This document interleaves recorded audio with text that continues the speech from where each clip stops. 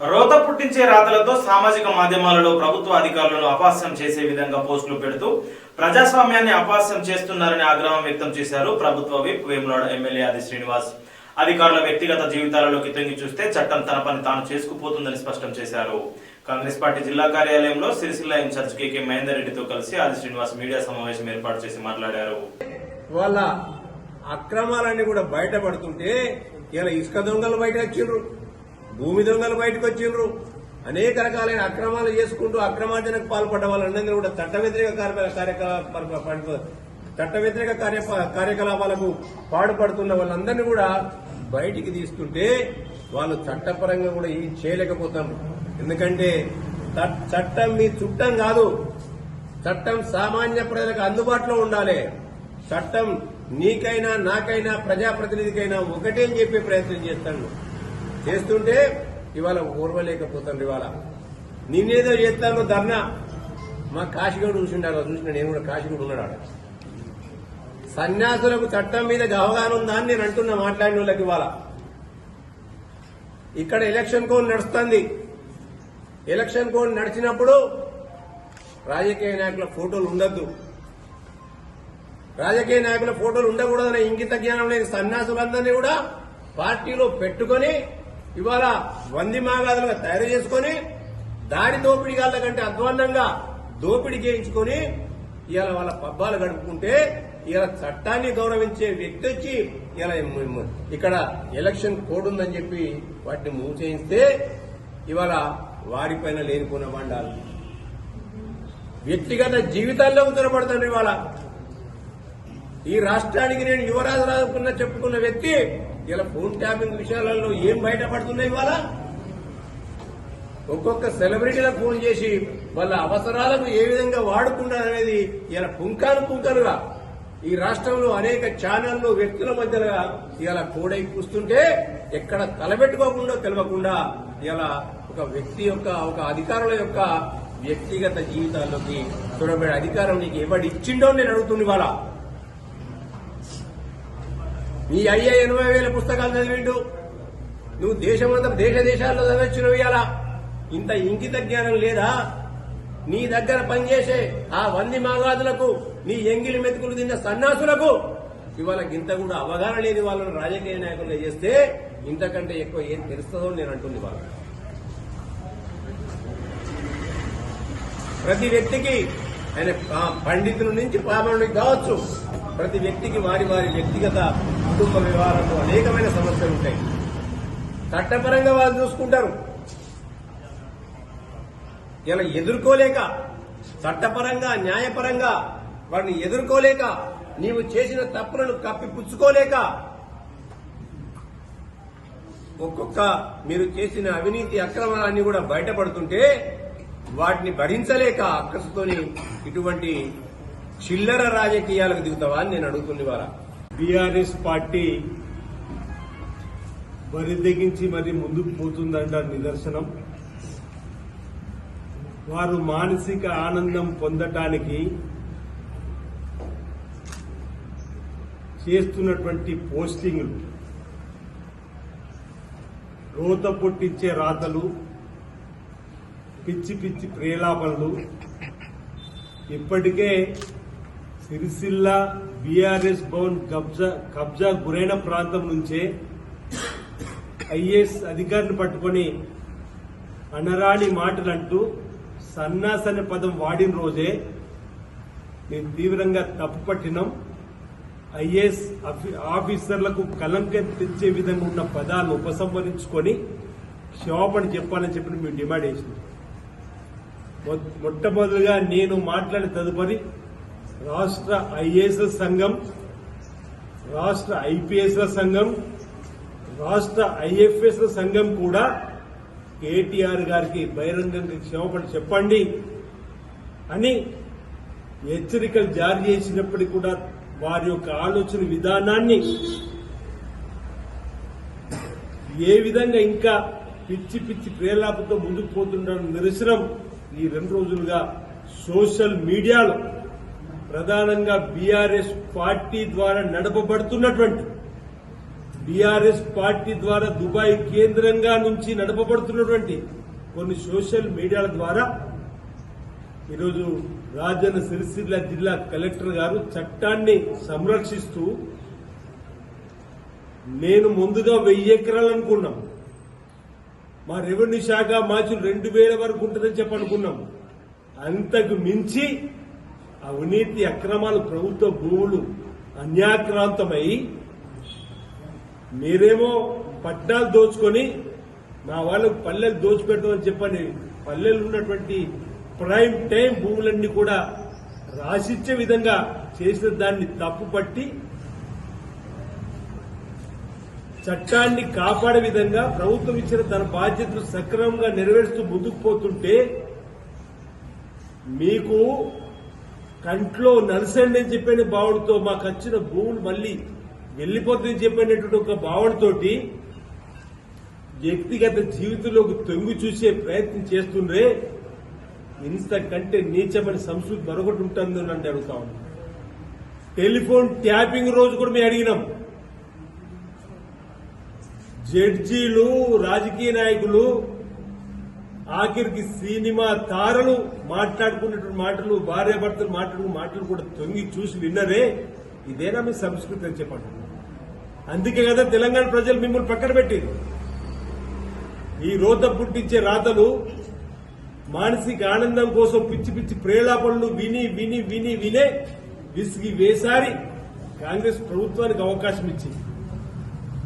ప్రజాధనాన్ని, ప్రభుత్వ ఆస్తుల్ని కాపాడమని చెప్పని ప్రభుత్వానికి అవకాశం ఇస్తే గౌరవ ముఖ్యమంత్రి రేవంత్ రెడ్డి నాయకత్వంలో వారు ఇచ్చినటువంటి ఆలోచనతోటి అనేక మంది ఐఏఎస్లు, ఐపీఎస్లు ఈరోజు సక్రమంగా పనిచేస్తూ ముందుకు పోతూ నిబద్దతతో పనిచేస్తూ ఈ విధంగా ఆరోపణలు చేయడము, అది కూడా సోషల్ మీడియా ద్వారా ట్రోల్ చేయడం ఎంతవరకు సబబనేది ఈరోజు అనవలసింది పోయి, అలాంటి పొరపాట్లు చేయకమని చెప్పి వాళ్ళ కార్యకర్తలకు హెచ్చరిక చేయవలసింది పోయి, అతను కూడా ఇంకా ట్విట్టర్లో ఏదేదో పెడుతున్నటువంటి సందర్భాన్ని గమనించమని కోరుతున్నాను. కలెక్టర్ గారు నాపై ఎలాంటి కేసు లేదంట.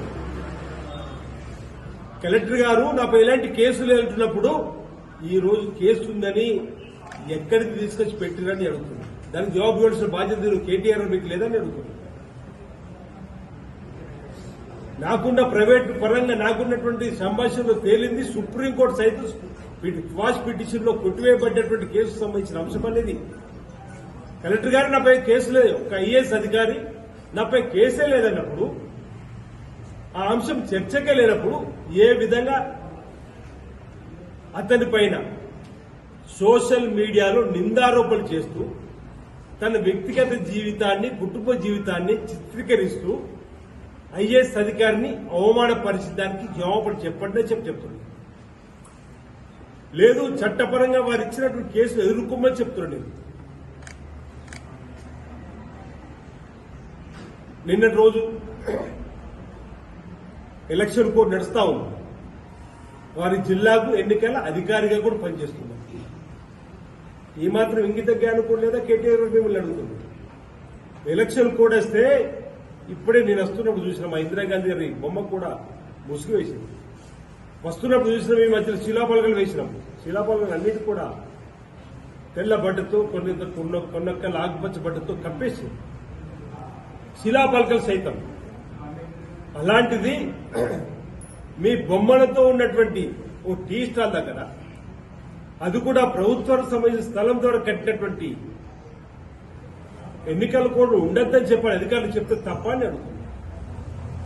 ఎన్నికల కోడ్ తర్వాత మళ్ళీ లేదు, నీకు నిజంగానే టీ స్టాల్ నడపాలని నిరుద్యోగి ఉంటే ఉపాధిని పోగొట్టాలని మాకు ఆలోచన లేదు. కేటీఆర్ గారి ఫోటో తీసేస్తే అయిపోతున్నాయి కదా. దానిపైన ఈ ఎన్నికల కోడ్ ఉన్నప్పుడు మీద బట్టేస్తే సరిపోతుంటాయి కదా. ఎందుకు దీన్ని రాద్దాంతో ఉంటున్నా? నేను లెక్క పెడుతున్నా, రాసి పెడుతున్నా, అసెంబ్లీలో కూర్చొని రాసుకున్నా, ఎవరెవరో మాట్లాడుతున్నారో. సిరిసిల్ల వస్త్ర పరిశ్రమకు కోట్లాది రూపాయల బకాయిలు పెట్టి వస్త్ర పరిశ్రమ సంక్షోభానికి గత ప్రభుత్వం కారణమైందని అన్నారు వస్త్ర పరిశ్రమ అనుబంధ సంఘాల ఐక్యవేదిక నాయకులు తాటిపాముల దామోదర్, పంతం రవి, ఆడపు భాస్కర్. ఈ రోజు సిరిసిల్ల ప్రెస్ క్లబ్ లో మీడియా సమావేశం ఏర్పాటు చేసి గత ప్రభుత్వ వైఫల్యాలను ఎండగట్టారు. గత వైఫల్యాలను కప్పిపుచ్చేందుకే నాయకులు అసత్య ప్రచారం చేస్తున్నారని అన్నారు. వాస్తవాలను ప్రజలకు వివరించేందుకు చర్చకు సిద్ధమా అంటూ సవాల్ విసిరారు. సమావేశంలో నాయకులు ఆకారపు రవి, దూడం శంకర్, బూట్ల నవీన్, బండారి అశోక్, నల్ల ప్రదీప్, శ్రీగాద మైసయ్య తదితరులు ఉన్నారు. సిరిసిల్ల వస్త్ర వ్యాపారులకు నమస్కారం, అలాగే మీడియా మిత్రులకు నమస్కారం.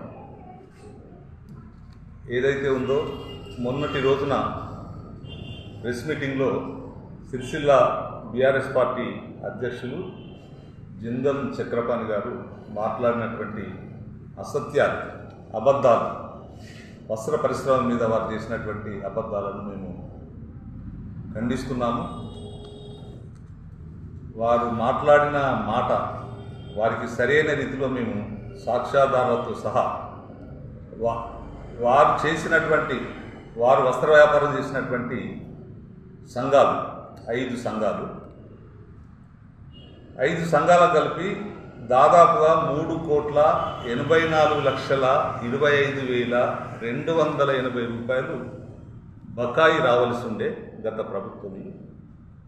కాంగ్రెస్ పార్టీ ప్రభుత్వం అధికారంలోకి వచ్చిన తర్వాత 2,45,83,000 3,45,83,238 రూపాయలు వారి ఖాతాలో జమ చేయడం జరిగింది ప్రభుత్వం.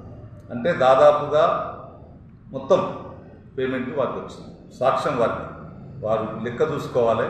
వారు చెప్పినటువంటి 30% బతుకమ్మ బకాయిలు వచ్చినాయి, 40% బకాయిలు వచ్చినాయి అనేటువంటి మాట అబద్ధం అని చెప్పడానికి రుజువు మీ ముందు పెడుతున్నాను. నేను 90% పేమెంట్లు సిరిసిల్ల వస్త్ర పరిశ్రమకు సంబంధించినటువంటి అన్ని పేమెంట్లు, బతుకమ్మ పేమెంట్లు దాదాపుగా వచ్చినవి.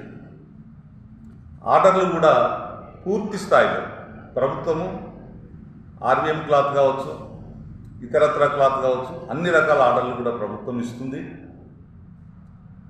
ఏదైతే చిన్న తరగతి వాళ్లకు యారన్ అందుబాటులో ఉండాలన్నటువంటి ఉద్దేశంతో యారన్ బ్యాంకును కూడా ఏర్పాటు చేయడం జరిగింది. అందులో కొంత యారన్ రావడంలో కొంత ఆలస్యం అవుతుంది, కానీ అది కూడా వారు ఎప్పటికప్పటికి యారన్ వచ్చే విధంగా తగు ఏర్పాటు చేస్తూ ఉన్నారు.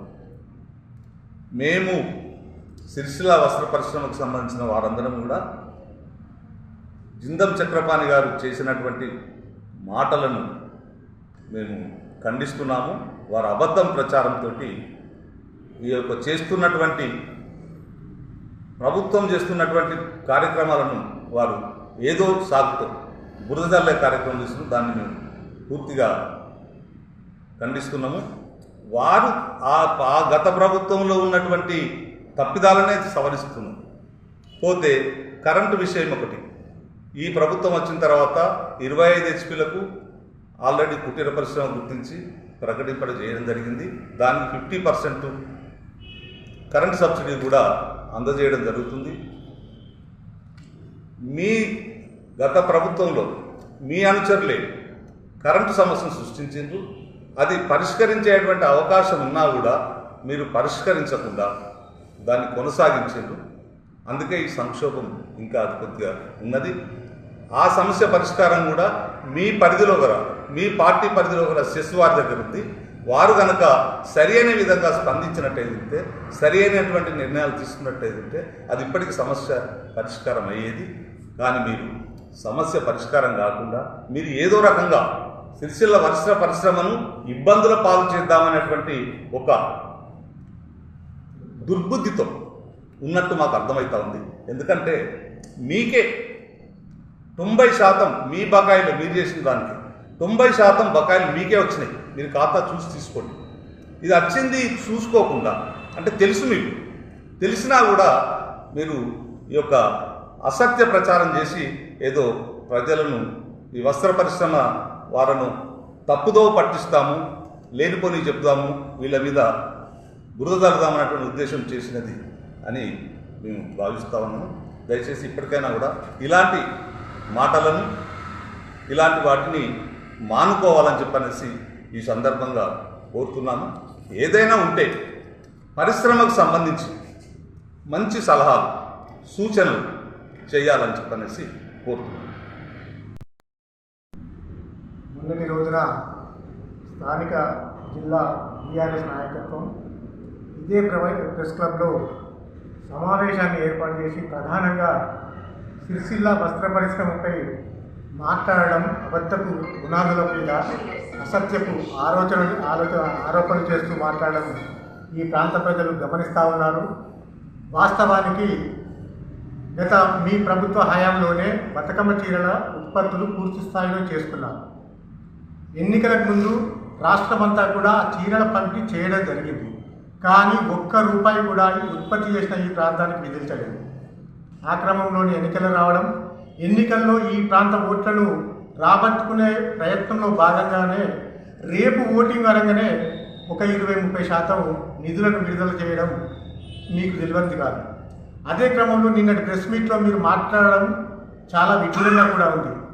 మీరేం చెప్తున్నారయ్యా అంటే ఈ ప్రభుత్వం అధికారంలోకి వచ్చి నుండి 30-40% నిధులను కూడా విడుదల చేయలేదని చెప్తా ఉంది. మీరు 5 సొసైటీలను రన్ చేస్తూ దానిలో రావాల్సిన బకాయి ఏంటో ఇప్పటికే మా మిత్రులు చెప్పడం జరిగింది. అదే క్రమంలో విద్యుత్ సమస్యకు సంబంధించి రాష్ట్ర రారాజుగా వెలుగొందిన కేటీఆర్ గారు 4 దఫాలుగా ఇక్కడి నుండి ప్రాతినిధ్యం వహిస్తూ ఇక్కడ క్షేత్రస్థాయిలో సమస్యలను తెలుసుకోకుండా విద్యుత్ సమస్యకు శాశ్వత జీవో తీసుకురావాల్సి ఉండేదని తెలిసి కూడా ఆ జీవో తీసుకురాకుండా మీ అననీయులతో కోర్టులో కేసులు వేయించి విద్యుత్ సమస్యను సృష్టించింది మీరు కాదా అని మేము ఇప్పుడు అలా అడగదలుచుకున్నాము. మీరు ఇటువంటి అసత్యపు ఆరోపణలు చేస్తూ ఉంటే ఇక్కడ ఎవరు చూస్తూ ఊరుకోరు. మీకు నిజంగా దమ్ము ధైర్యం ఉంటే ఈ మొన్న మీరు చేసిన ఆరోపణలపై గాంధీ వద్దకు బహిరంగ చర్చకు రావాలని ఈ సందర్భంగా చెప్తా ఉన్నాం. అయ్యా, మీరు చేసిన ఆరోపణలన్నీ కూడా తప్పు. ఈ ప్రాంత ప్రజలన్నీ గమనిస్తూనే ఉన్నారు. మీ ఆరోపణలు చూసి ఈ ప్రాంత ప్రజలు నవ్వుకుంటున్నారు కనుక భవిష్యత్తులోనైనా ఇటువంటి ఆరోపణలు చేయకుండా వస్త్ర పరిశ్రమ మనుగడ కోసం ఎటువంటి ప్రయత్నాలు చేయాలో మంచి సలహాలు ఇవ్వాలని కోరుతా ఉన్నాము. మీరు ఇప్పటికైనా ఈ విషయాలపై ఇప్పటికే రాష్ట్ర ప్రభుత్వం నూతనంగా ఏర్పడ్డ కాంగ్రెస్ ప్రభుత్వము ఇక్కడి క్షేత్రస్థాయిలో పరిశీలన చేసి ఇక్కడ పూర్తి స్థాయిలో సమస్యలను పరిష్కరించే దిశగా ఒక్కొక్క అడుగు వేస్తూ ఉంది. దానిలో భాగంగానే మీరు పెట్టిన బకాయిలను 90% ఇప్పటికే విడుదల చేసింది. అదే క్రమంలో ఇందిరా మహిళా సంఘాలకు ప్రతి ఒక్క మహిళకు 2 చీరలు ఇవ్వాలనే సదుద్దేశంతో ఇక్కడ కార్మికులకు సంవత్సర కాలం ఉపాధి దొరకాలనే మంచి ఉద్దేశంతో ఇప్పటికే చీరల ఆర్డర్లను కూడా ఇవ్వడం జరిగింది. ఇవన్నీ కూడా మీరు మరిచిపోయి కాంగ్రెస్ ప్రభుత్వంపై బురదలే ఆరోపణలు చేస్తే ఈ ప్రాంత ప్రజలు మిమ్మల్ని తరిమి కొడతారని ఈ సందర్భంగా హెచ్చరిస్తా ఉన్నాం. చందుర్తి మండల కేంద్రంలో బీజేపీ కార్యవర్గ సభ్యుడు అల్లాడి రమేష్ ఎన్నికల ప్రచారం చేశారు. ఎమ్మెల్సీ ఎన్నికల్లో బీజేపీ బలపరిచిన అభ్యర్థులకు మద్దతు ప్రకటించాలంటూ పట్టభద్రులను అభ్యర్థించారు. కార్యక్రమంలో నాయకులు పొంచెట్టి రాకేష్, తిప్పని భూమేష్, సుద్దాల ప్రసాద్, మేడిశెట్టి శ్రీహరి, సిరికొండ తిరుపతి, కాల్పూరి సురేష్ తదితరులు ఉన్నారు.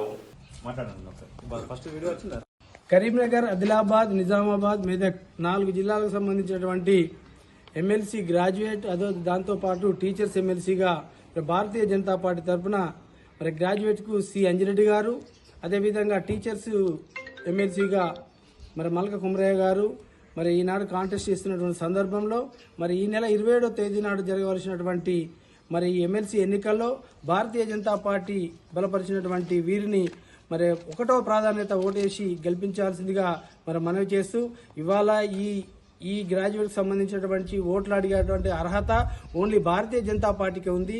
ఎందుకంటే భారతీయ జనతా పార్టీ మరి ఉద్యోగస్తుల కొరకు మరి 317 జీవో గురించి కానీ ఇవాళ ఉద్యోగస్తులకు సంబంధించినటువంటి పీఆర్సీ గురించి కానీ మరి వాళ్ళకి సంబంధించినటువంటి బెనిఫిట్స్ కొరకు కానీ ఇవాళ డిఏ పెంపు గురించి కానీ పోరాటం చేసి జైలుకి వెళ్ళినటువంటి చరిత్ర భారతీయ జనతా పార్టీ బండి సంజయ్ కుమార్ గారిది.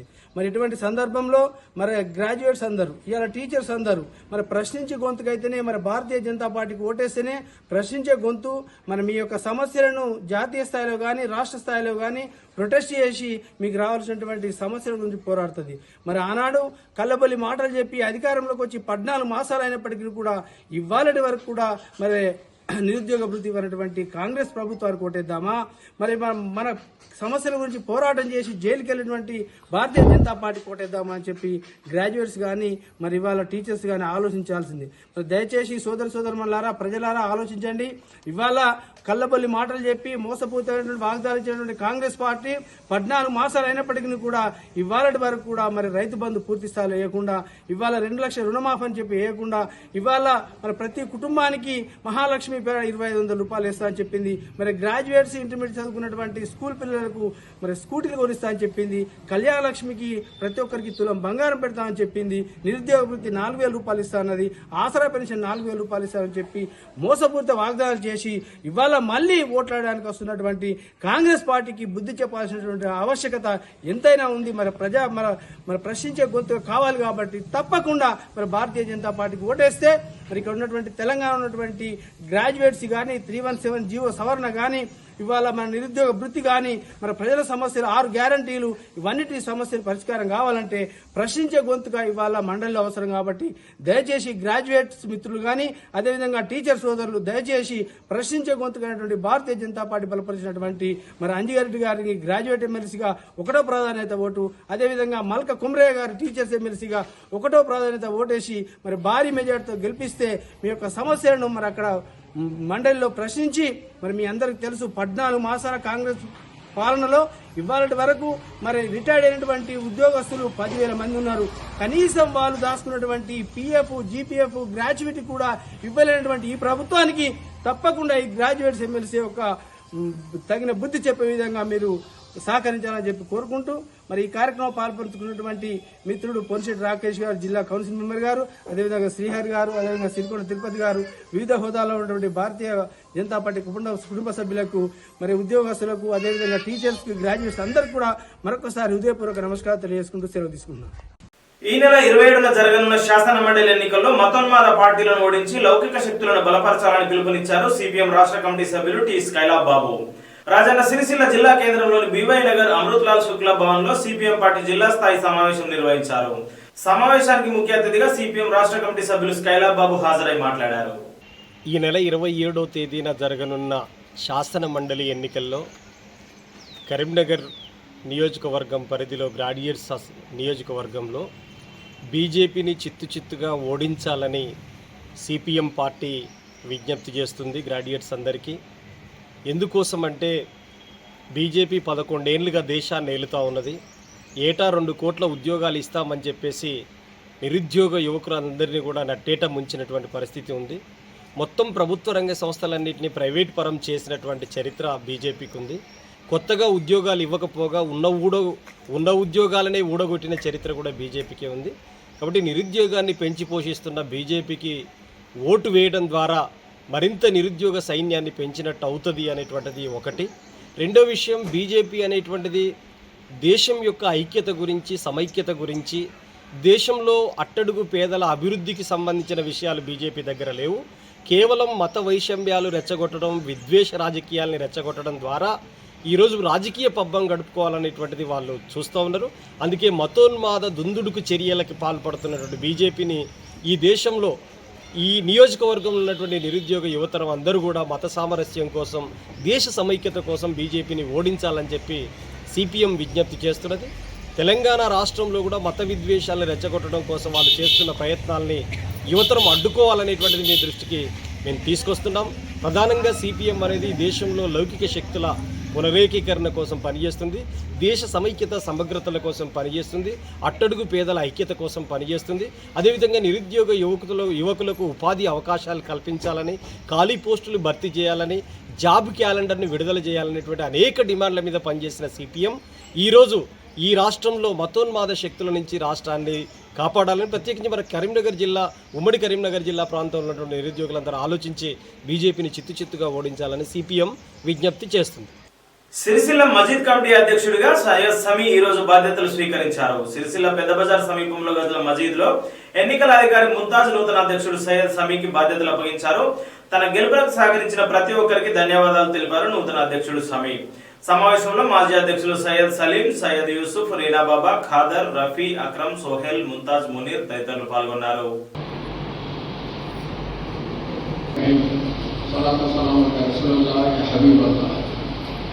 मैं सैयद समी वन सैयद सादिक साहब अल्लाह ताला को काबिल नाबिल जानते हुए मैं गवाही देता हूँ और खुदा करता हूँ कि मैं मसाजिद कमेटी की सदारत की जिम्मेदारियाँ 2025 से लेकर 2027 मुताबिक 1446 हिजरी से लेकर 1448 हिजरी तक प्रोफेशनों को भी अंजाम दूंगा और इस्लाम और शरीयत मुतहरा के दायरे में रहते हुए मसाजिद कमेटी के दायरे के मुताबिक अपनी तमाम तर जिम्मेदारियाँ बुग़्ज़ और इनात से दूर रहकर और तमाम मुसलमानों ने सिलसिला को साथ लेकर शरीयत और कानून इस्लाम के तहत अमल आवरी करूँगा। और इन चंद अल्फाज से मैं अपने हलफनामे को तकमील करता हूँ और अल्लाह की बारगाह में दुआ करता हूँ कि अल्लाह तबारक व तआला इस खिदमत को अपने बाबरकत हबीब बारगाह रिसालत सरकार दो आलम सल्लल्लाहु तआला अलैहि वसल्लम के नबूवत के सदक़े और सैयदना गौसे आज़म रज़ियल्लाहु तआला के विलायत के सदक़े कबूल फरमाए। अस्सलामु अलैकुम। फ़क़त सैयद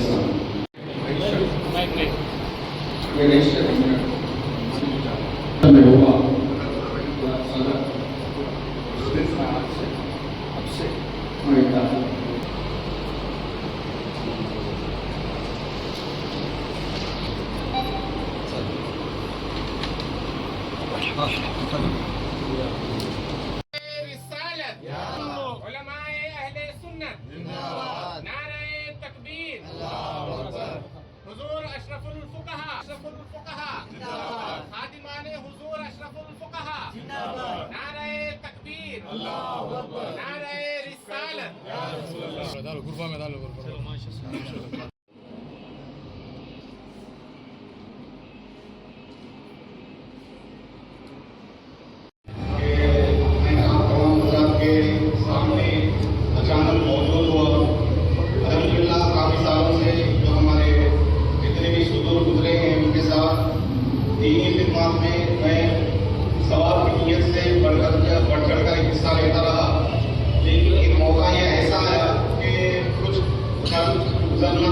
इसीलिए मेरा आने का मकसद है और अल्लाह ताला की बारगाह में दुआ है कि आप तमाम हज़रात जैसे इलेक्शन में मेरा साथ दिए हैं, वक्त अपना पूरा दिए हैं, मैं आप तमाम हज़रात से फर्दर गुजारिश करता हूँ कि आप तमाम हज़रात मेरा पीरियड जब तक रहेगा आप तमाम हज़रात मेरा साथ देंगे और अल्लाह की बारगाह से आप अल्लाह के रहमत व अनवार के हिस्सेदार होंगे। आप तमाम हज़रात से ये उम्मीद रखते हुए मैं इजाज़त देता हूँ। अस्सलामु अलैकुम। వేములవాడ రాజరాజేశ్వర ఆలయం మహాశివరాత్రి జాతరకు ముస్తాబవుతోంది। ప్రతి సంవత్సరం 3 రోజుల పాటు మహాశివరాత్రి వేడుకలు ఘనంగా జరుగుతుంటాయి। ప్రతి సంవత్సరం మాదిరిగానే ఈ సంవత్సరం కూడా ఆలయ పరిసరాలలో చలువ పందిళ్లతో సుందరీకరణ పనులు చురుగ్గా సాగుతున్నాయి। భక్తులకు ఏ విధమైన ఇబ్బందులు తలెత్తకుండా ఆలయ అధికారులు ఏర్పాట్లను పర్యవేక్షిస్తున్నారు।